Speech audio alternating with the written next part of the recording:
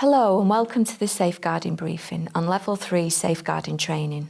My name is Claire Kelly. I'm the Assistant Director of Nursing for Safeguarding Children, Looked After Children and Maternity Services. Hi, my name is Gail Winder.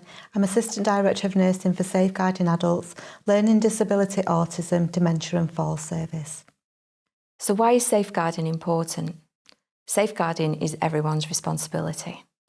To ensure children, young people and adults receive proactive and high-quality safeguarding, it's important that the health and social care workforce have the knowledge and skills to recognise and respond to safeguarding concerns, and they are also familiar with the relevant associated legislation and guidance that supports safe person-focused decisions.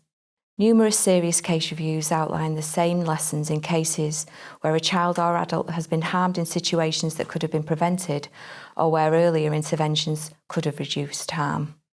Most of these cases highlight that professionals were not aware of potential risks or risk factors, and if they were, they didn't know what to do about it. As healthcare professionals, we hold a privileged position of trust in our communities, for our patients, service users and their families. We see people in the best and worst of times and all that lies between. With this privilege comes the responsibility to act to protect those in our care as best we can. What is Level 3 Safeguarding Training? All staff members who come into contact with children, young people and adults at risk have a responsibility to safeguard and promote their welfare and should know what to do if they have concerns about their safety and well-being.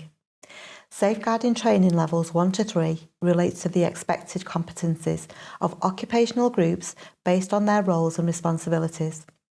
Level 3 training is focused on most frontline clinical staff who have direct contact with children, young people and adults during their normal course of their work. Level 3 staff work in a wide variety of settings and will spend differing amounts of time with patients depending on their role and place of work. The key principle here is that every contact counts.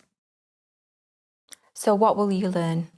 Level 3 training builds on the competencies achieved at Level 1 and 2, delivered through e-learning, to provide practitioners with in-depth knowledge around safeguarding children and adults. Level 3 training is delivered in 2 separate 3.5-hour packages.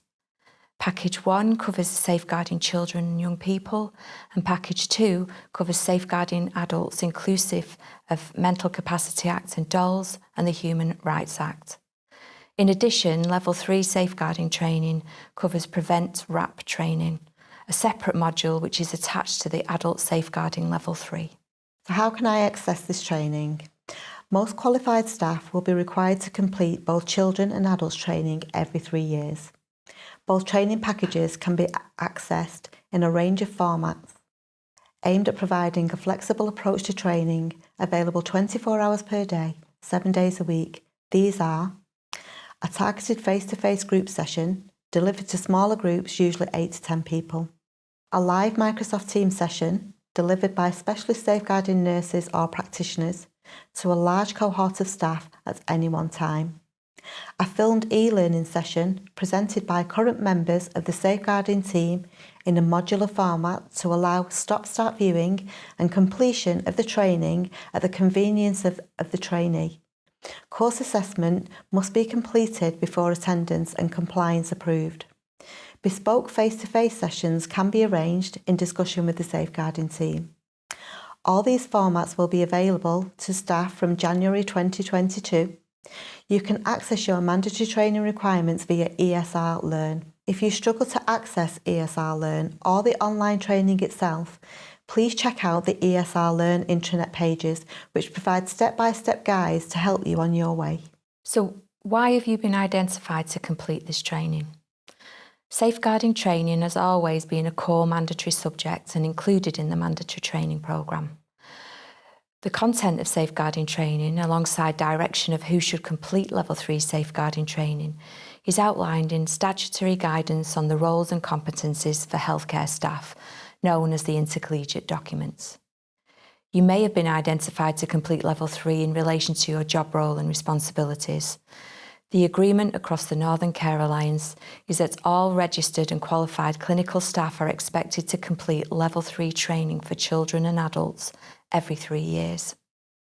Some staff groups are required to complete an additional Level 3 training of between 8 to 16 hours every 3 years. This requirement relates to staff in roles that hold caseload responsibility, where more detailed knowledge and skills are required.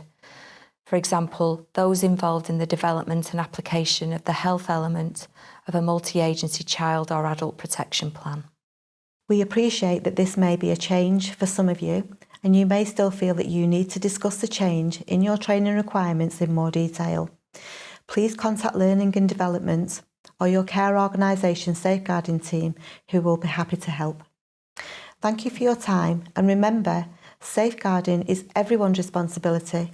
Please make it yours.